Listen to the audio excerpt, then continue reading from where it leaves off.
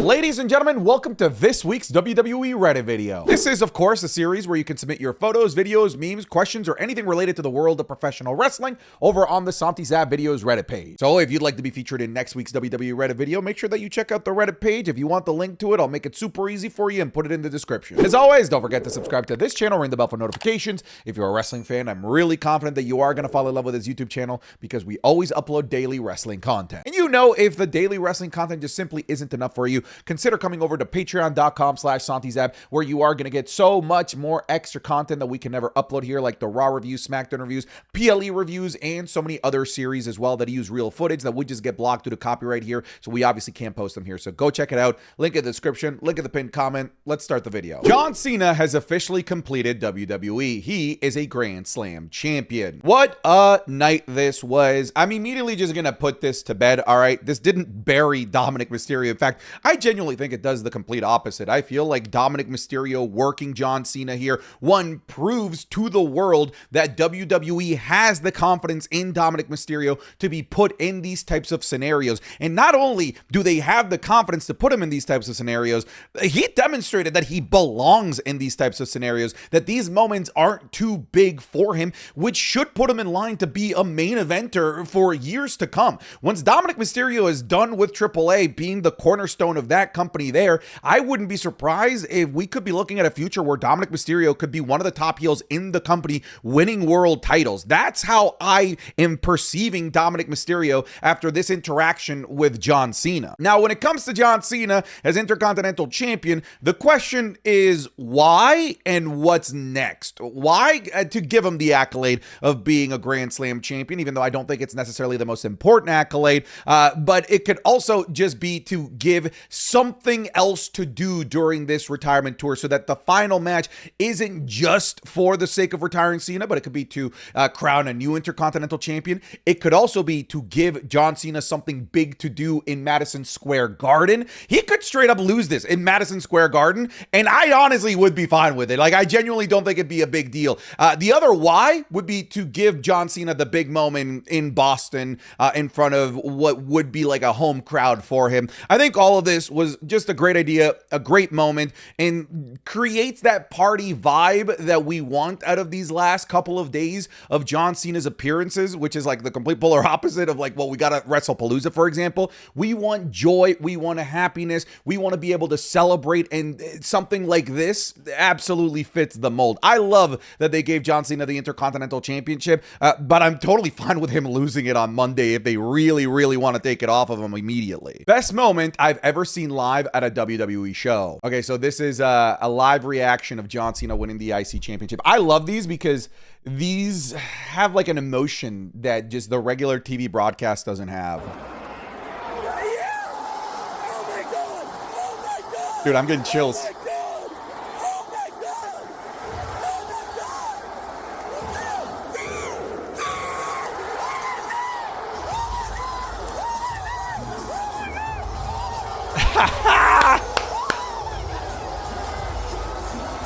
That is awesome. I love seeing live reactions.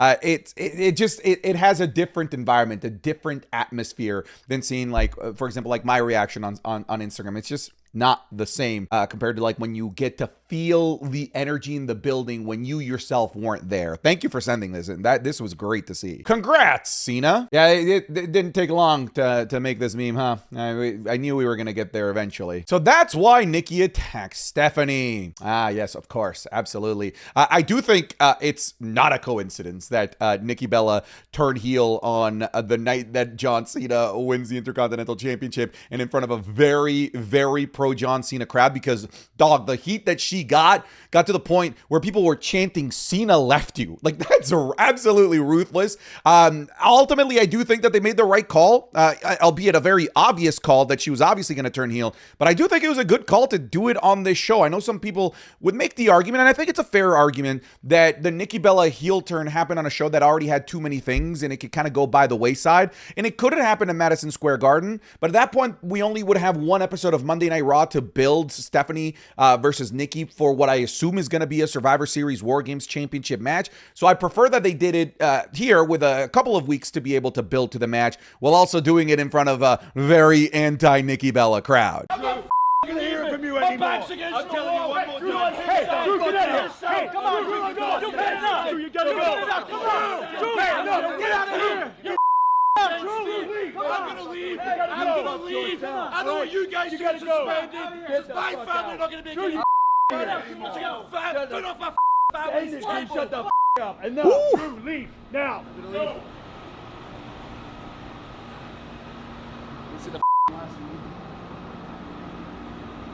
God damn. First and foremost, Drew McIntyre is body goals. Body goals that I hope to achieve as I'm literally opening up a little chocolate bar here, kind of proving to the world that I'm probably never going to achieve this masterful physique that Drew McIntyre has. But I love this. I want to see more of this stuff. This felt real. This felt like we were watching something that we weren't supposed to see, like we were a fly on the wall of an argument that wasn't supposed to be meant for WWE fans' eyes. Obviously, it is, because it's WWE themselves posting it, but it gives it that vibe. I want to see Drew do something, man. Like, he's too damn good to not actually win something. He's too damn good to just be shackled in the upper mid-card and not winning world championships.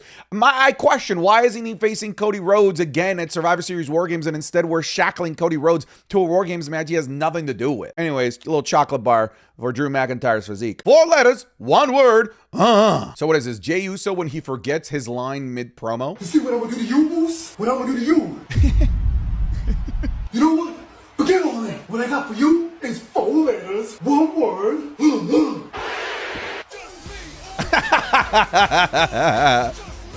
This is sadly painfully accurate. I'm starting to turn into a Jey Uso hate channel, aren't I? It's not my intention, okay? It's just the nature of the beast right now. We're refusing to. Here we go. Oh, God, he barely made. Dude, there's a fire in the ring, dude. He's getting caught. He's burning. Put him out. Curly and AAA.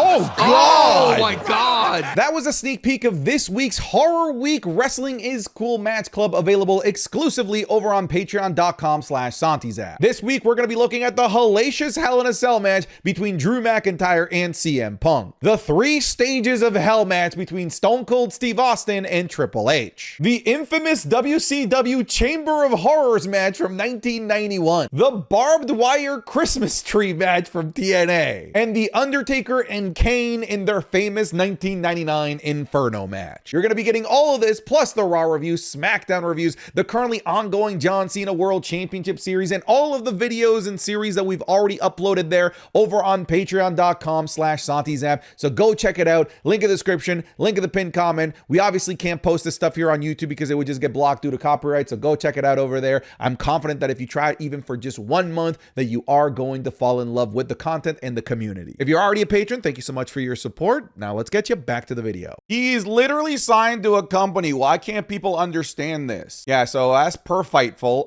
Edge, Adam Copeland, has never even been considered for a match in John Cena's retirement run. It hasn't been broached. It hasn't been discussed. It's not happening. Wow. In other news, the sky is above you. Oh my God, who would have thought? Obviously, this was never going to happen. If you had this expectation, I like, bless your soul. Bless you, you sweet young summer naive child. I wish I was as blissfully ignorant as you. I feel like living on this planet with so many stressful things happening right now would be so much more fun. I wish I could suspend disbelief to the point that I am so gullible as to think that Edge, Adam Copeland, is going to be part of this. Again, I wish I'm wrong. I hope that he does show up. But anybody with a sound, functioning cerebral cortex could tell you that Edge was never going to be part of this. I still think that there's maybe a microcosm of a possibility that he maybe goes out there to say goodbye to Cena, like how a bunch of superstars came out to say goodbye to like Ric Flair during his first retirement with WWE. But even that, I still have as a very unlikely possibility. Yeah, like, duh. Obviously, this was just never going to happen. Goats. This is a great photo, and it's not just me saying that this is a great photo. Twitter's saying that this is a great photo. Sports Illustrated is saying that this is a great photo.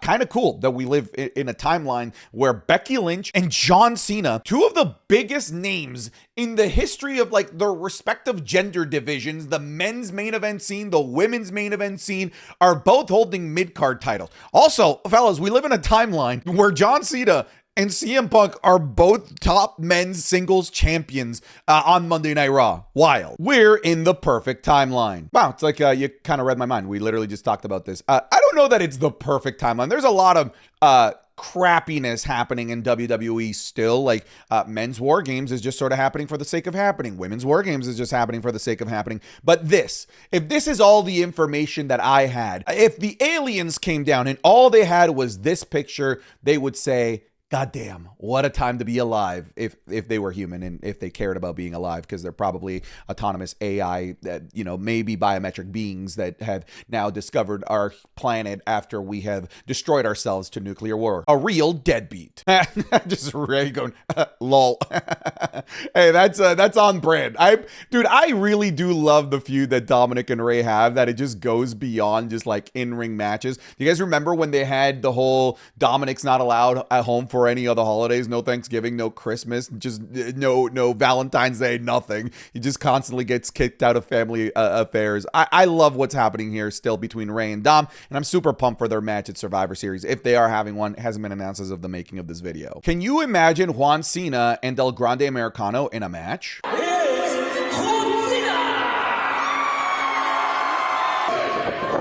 Ole!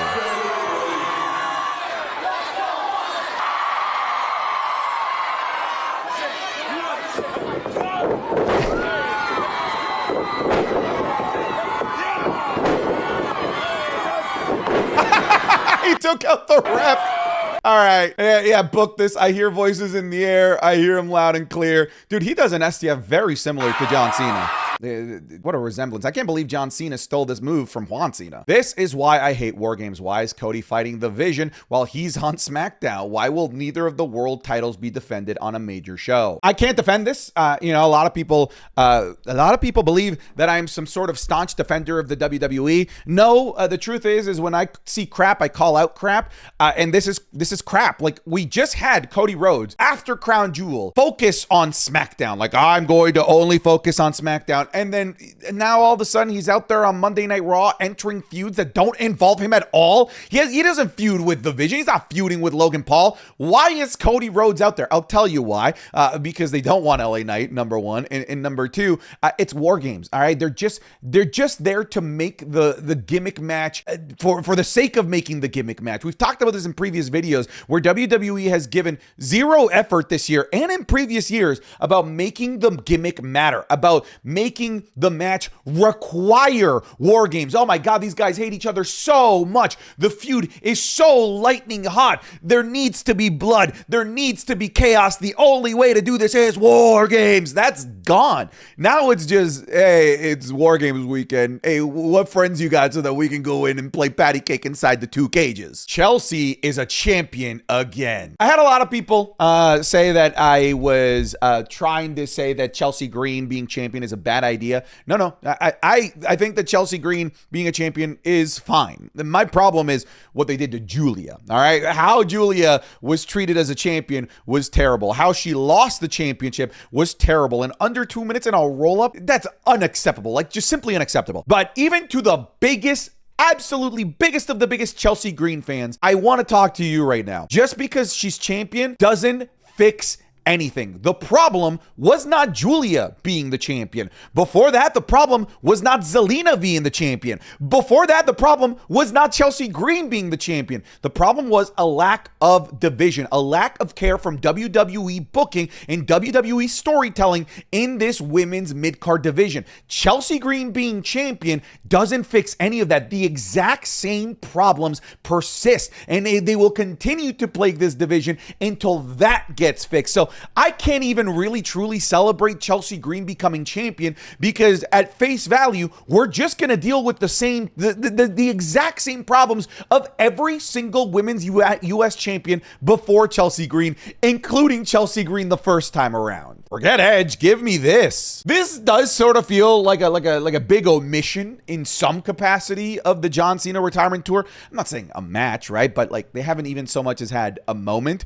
John Cena has done a bunch of homages to a bunch of his previous rivals throughout the years, except Wade Barrett. Like, I get it, you know, the Nexus and John Cena tends to be a feud that a lot of people want to like take out of their brain and remove because it just ended so poorly. But this was still like a big deal in the 2010s, and one of John Cena's most famous rivalries, I would dare say, was against Wade Barrett and the Nexus. I think it'd be cool if there was a little moment. Is Randy Orton a part-time wrestler now? See, I actually think that's a really interesting question. I initially, like, my gut said no, obviously not. He's just taking a break, but he does sort of tend to do these breaks a lot more often than we're used to, and sometimes they last a month, sometimes a little bit longer.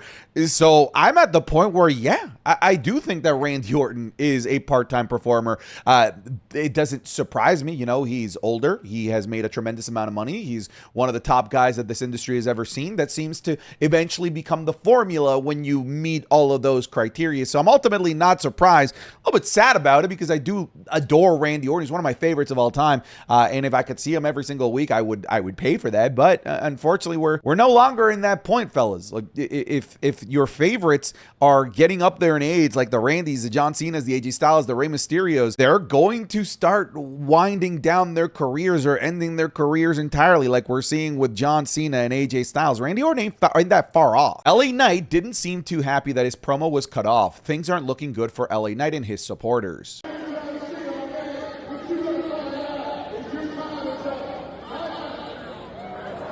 Oh.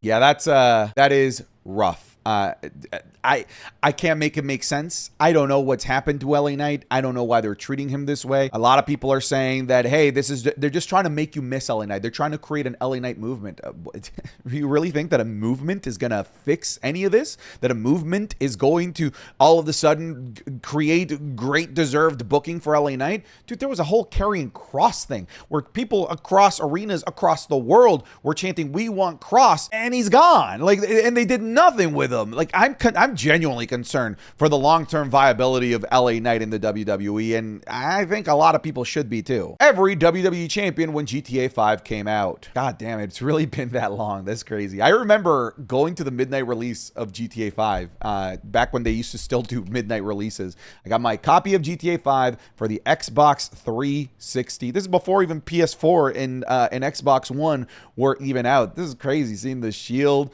good old Alberto Del Rio, AJ Lee's champion, of course, Randy Orton, and of course, the greatest Intercontinental champion of all time. He's still in the Royal Rumble, Michael McSillyputty. He has to be the one to retire Rey Mysterio, right? I'll keep this one short. Yes.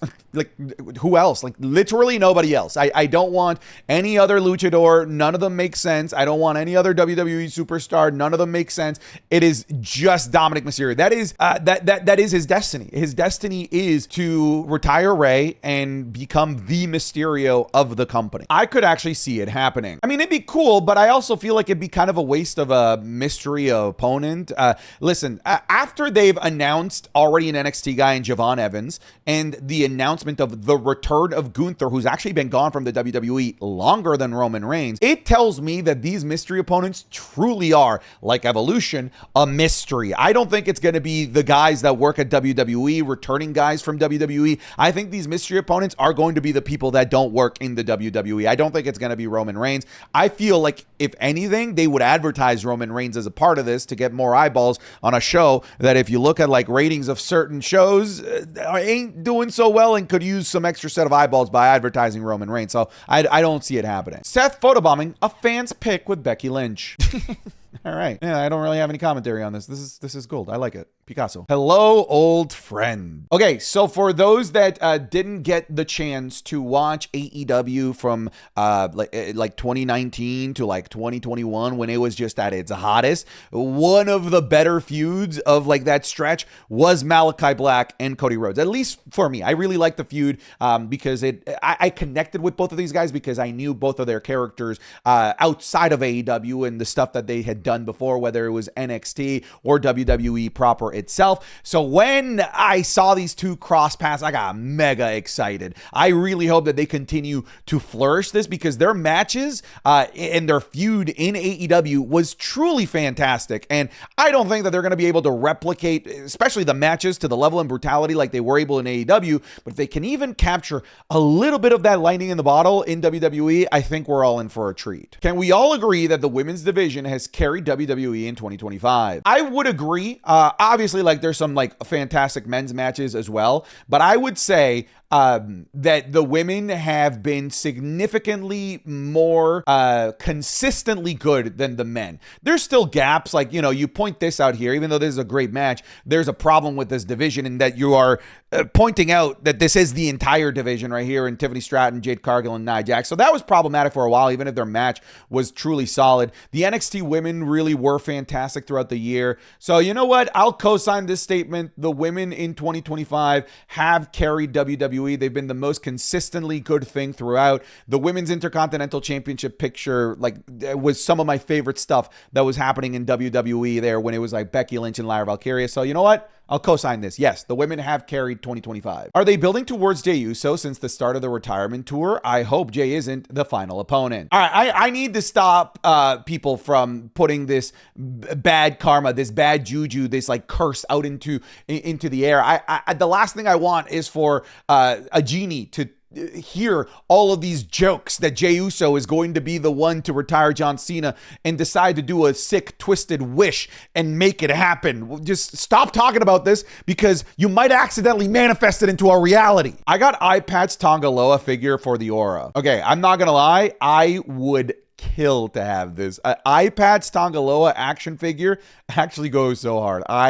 I genuinely want this. I'm actually going to be looking for this because I think this would be hilarious to just own, by the way, but also cool for the background. Do you think that this feud will happen? Roxanne Perez, I'm assuming Liv Morgan? Yeah, Liv Morgan. Yes, I'll keep it short and sweet. 100%. And it will involve Dominic Mysterio. They're already kind of starting to roll the ball on the relationship and the conversations between Dominic and Roxanne Perez. And I'm sure it will lead to the point where they're having maybe too intimate of a conversation when Liv Morgan returns.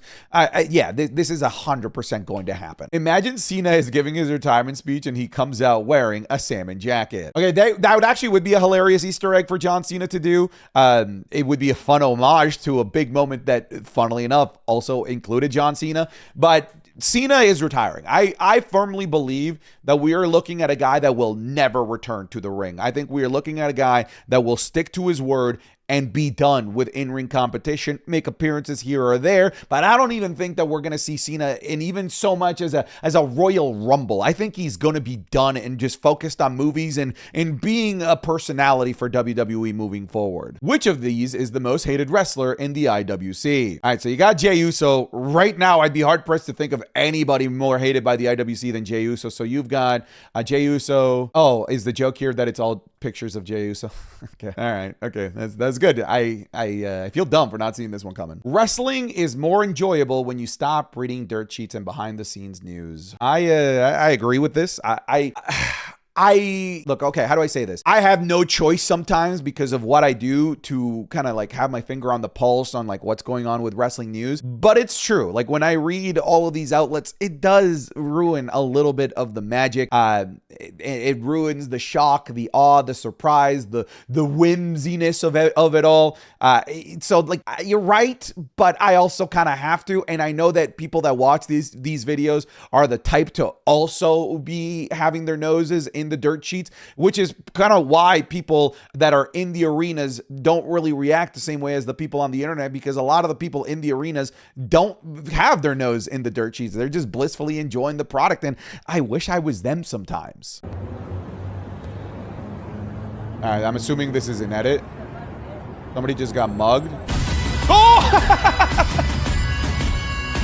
All right, that's a great way to end the video. I'm done. Goodbye, everybody. Get out of here.